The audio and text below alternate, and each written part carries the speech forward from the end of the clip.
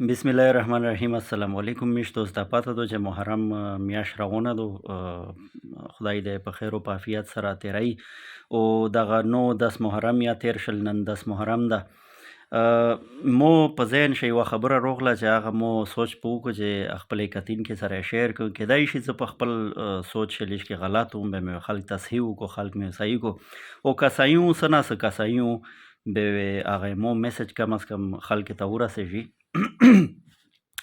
عرض مې دا کوو چې د محرم چې دا دغه میژ چې کله یا روشي هر کل په 10 محرم باندې یا د یکم محرم نه اونڅه 10 محرم را سجده کی مې ورځې یادي دا میژ د یو تهوار په تور باندې یا د یو رواج په تور باندې مناو کوي. د یکم محرم نه اونڅه 10 محرم را سا سیک خیریتی نه کوي، سیک شربتی نه تقسیمای، سیک پلوی نه تقسیمای، سیک کبرې ته سي، سیک رژې نه سي. دا ټولې ښې خبرې دي خو لکه میژ یو رواج جوړ کړه ده. هغې نه علاوه چې کوم اهل تشیع حضرات دي هغه په دغه ورځې ښه جلوسي نه وبوسي، د هغې ول یا سبیلي نه لاګوي، د هغې ول چې کوم هغه مذهبي طور طریقې دي د د مسلک حوالې سره هغه دي یې اپناو کوي.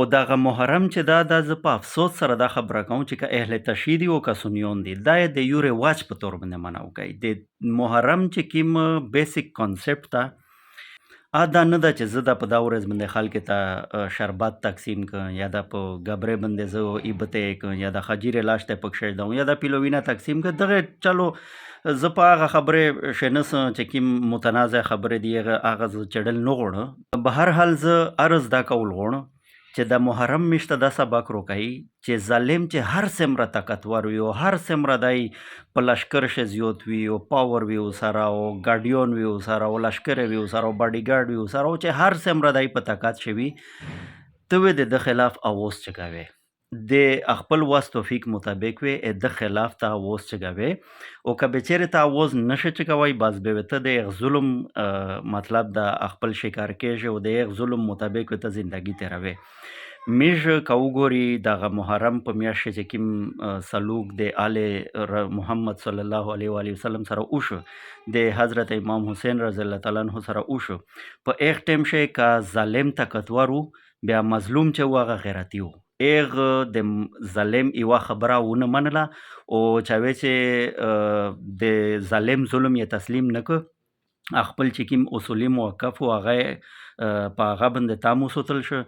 نو الله پاک هغه ته څومره درجات ورکړل او نن وخت شی میش که وګوري مختصر دا خبره کوم چې نن وخت شی ظالم که طاقتور ده خو به مظلوم چې دا کنه هغه لیش کې بزدل یا شه دغه مظلوم د بزدلی د وجه نه ظالم طاقتور شه. نن سبا وخت خبره زه کوم عموما بلکې خصوصا هر ټیم شی چې څه کیا ظلم کوي او په هر صورت شی چې کوي میش ته د خلاف څه ریاکشن شو کوي څه مزاحمت شو کوي باقی نه راچاره او ریزلټ چې دغه د الله تعالی په لوس شده. که مو دغه خبرې نه چاته څه تکلیف رسېدلی وي یا چا څه داسې محسوسه کړي په ذهن شي نو زه د هغې معذرت یا کوم. تاسو ډېره مهرباني. وسلام.